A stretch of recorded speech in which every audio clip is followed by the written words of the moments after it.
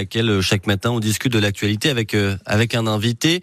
On s'intéresse au prix du gaz ce matin, Sébastien. Il pourrait bien bondir dès les prochaines semaines. Plus 15% en moyenne selon la Commission de régulation de l'énergie. Conséquence directe, là encore, de la guerre en cours au Moyen-Orient. Bonjour Philippe Fussler.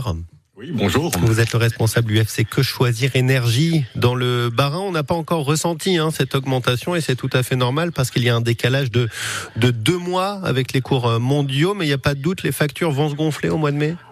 Oui, alors effectivement, on prévoit une augmentation au mois de mai des factures. Alors par rapport aux chiffres qu'on a entendus à un moment donné, qui étaient d'augmentation de 35%, et il faut effectivement le pondérer pour un certain nombre de raisons. D'abord, fort heureusement, les cours sur les marchés de gros en Europe ont baissé depuis.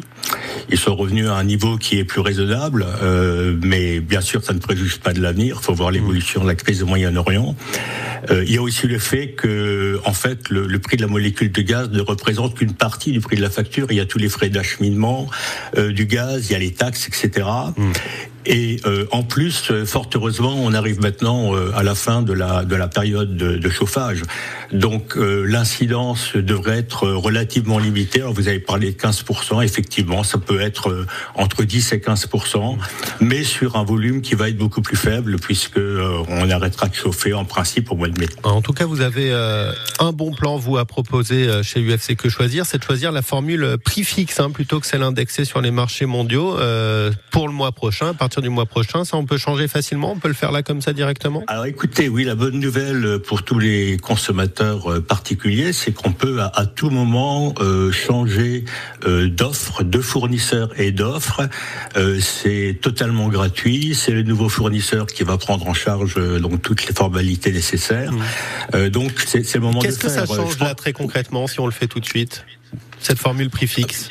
Bah écoutez, ce qui change, c'est que en fait les prix évoluent tous les mois. Donc comme on dit qu'au mois de mai les prix risquent d'augmenter, il vaut mieux le faire au mois d'avril. Il se pourrait qu'au mois de mai, effectivement, les offres à prix fixe augmentent également. Et celles-ci ne sont pas indexées sur les cours mondiaux, en fait. Non, exactement. Donc le prix fixe, c'est un prix qui va être fixe sur un an ou 2 ans.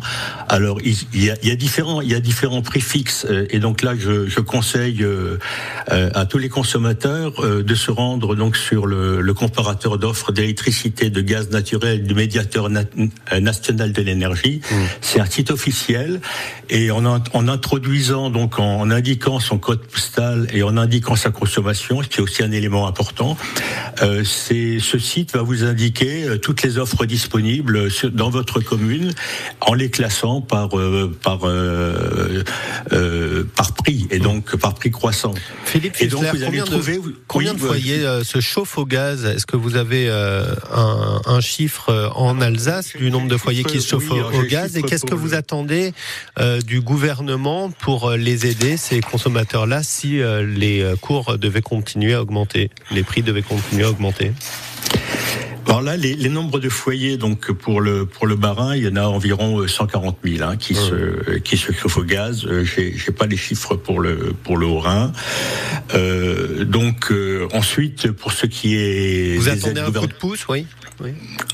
Écoutez, ça serait évidemment bienvenu. Maintenant, nous ne savons pas avec les contraintes budgétaires actuelles ce qui peut vraiment être fait. Et donc, encore une fois, je pense que la première chose que nous devons faire, c'est en tant que consommateur, c'est d'aller chercher les offres les plus intéressantes. Philippe Fussler, on a parfois l'impression qu'on n'a pas vraiment le choix chez nous en Alsace pour les fournisseurs d'énergie. C'est du quasi-monopole par endroit. Est-ce que c'est une particularité de chez nous ou pas vraiment ? Alors ce n'est pas une particularité, mais c'est vrai que le Bas-Rhin, le Haut-Rhin sont parmi les départements les plus affectés par cette situation. Ça vient du fait que beaucoup de consommateurs sont dans des zones dont les distributeurs sont des distributeurs qu'on appelle des entreprises locales de distribution. Donc ce n'est pas GRDF comme pour 94% des Français. Et dans ces entreprises locales de distribution, donc il y a Réseau Gaz de Strasbourg, par exemple, il y a Gaz de Bar, Vialis dans le Haut-Rhin. En fait, le nombre d'offres l'offre et le nombre de fournisseurs est relativement réduit. Mais ce qui ne veut pas dire malgré tout que il n'y a pas un choix à faire et d'aller vers les offres les plus intéressantes. Et vous êtes là pour nous guider, pour aller vers ces offres les plus intéressantes. Monsieur le responsable énergie chez UFC, que choisir dans le Bas-Rhin, Philippe Fussler. On vous remercie d'avoir été l'invité ici à Alsace. Bonne journée à vous. 7h54.